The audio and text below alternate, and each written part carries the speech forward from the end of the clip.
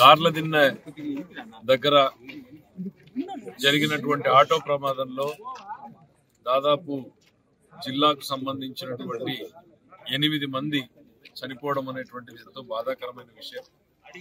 సంఘటన తెలిసిన వెంటనే జిల్లా యంత్రాంగానికి అధికారిగా ఉన్నటువంటి కలెక్టర్ గారు, ఎస్పీ గారు ఇమీడియట్ గా హాస్పిటల్కి షిఫ్ట్ చేయడం, మెరుగైనటువంటి ట్రీట్మెంట్ కి ప్రైవేట్ హాస్పిటల్కి తీసుకెళ్లాలని ముఖ్యమంత్రి గారు ఆదేశాలు ఇవ్వడం, ప్రతి ఒక్కరిని మనం బెస్ట్ ట్రీట్మెంట్ చేయాలని ముఖ్యమంత్రి గారు ఆదేశాలు ఇచ్చి వెంటనే మీరందరూ కూడా సపోర్ట్ చేయండి. వాళ్ళకి మాక్సిమం ఎంత మేరకు అవసరమైతే బయటకు షిఫ్ట్ చేయడానికి కూడా తీసుకెళ్లడానికి కూడా ముఖ్యమంత్రి గారు క్లియరెన్స్ ఇవ్వడం జరిగింది. అయితే జిల్లాలోని ఇక్కడే చేస్తాం సవేరా అంటంతో వాళ్ళకి అక్కడ ట్రీట్మెంట్ చేయడం జరుగుతుంది. ఈరోజు 8 మంది చనిపోయారు.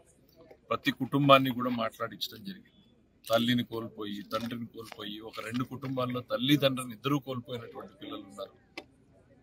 ఇది చాలా బాధాకరమైన విషయం. ఆ కుటుంబం పెద్దను కోల్పోవడం, ఆ ఇంట్లో ఉన్నటువంటి చదువుకుంటున్నటువంటి ఒకే ఒక అమ్మాయి, వాళ్ళ అన్న ఎక్కడో జాబ్ చేస్తున్నాడు, అమ్మాయి పరిస్థితి ఇవన్నీ చూస్తూ ఉంటే ఎంతో బాధాకరంగా ఉంది.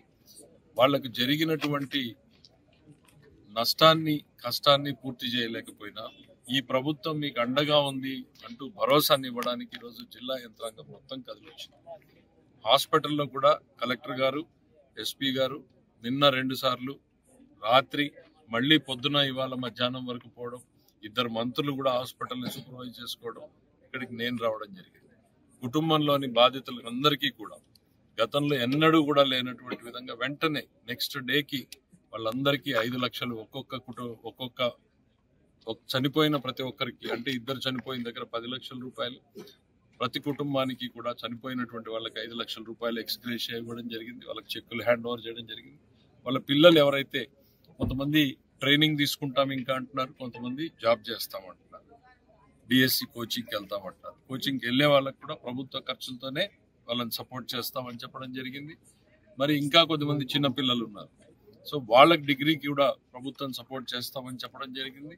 మరి కొంతమంది జాబ్ కోసం కావాలన్నప్పుడు ఖచ్చితంగా ప్రస్తుతం ఉన్నటువంటి అవకాశాలు బ్యాన్ లో ఉన్నా సరే ఆ బ్యాన్ లిఫ్ట్ చేసి ఈ అవుట్ సోర్సింగ్ జాబ్స్ ని ఈ కుటుంబాల్లో వాళ్ళకి కేటాయించడం జరుగుతుంది.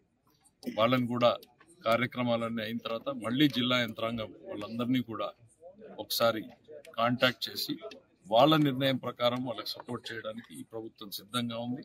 ఆదేశాలు ఇచ్చినటువంటి సపోర్ట్ తీసుకోమని వెంటనే సంఘటన దృష్టికి వెళ్ళిన వెంటనే స్పందించినటువంటి ముఖ్యమంత్రి గారికి కూడా నేను ధన్యవాదాలు చెప్తాను. ఎందుకంటే అనంతపురం జిల్లా పట్ల ఆయనకున్న స్పెషల్ అటెన్షన్, ఇట్లా జరిగింది అని మాకు తెలిసిన వెంటనే ఆయనకు తెలిసి అప్పుడే రెస్పాండ్ అవ్వడం, జిల్లా యంత్రాంగానికి డైరెక్షన్స్ ఇవ్వడం, మీరు అన్ని గో అవుట్ రైట్, వాళ్ళందరినీ కాపాడగలిగితే మీరు ఎక్కడికన్నా తీసుకెళ్లాలంటే కూడా షిఫ్ట్ చేయండి అనేటువంటి ఆర్డర్స్ ఇవ్వడం జరిగింది. అన్ని ప్రయత్నాలు చేశాం. ఇప్పటికి హాస్పిటల్లో ఇంకా 4 కోలుకుంటున్నారు.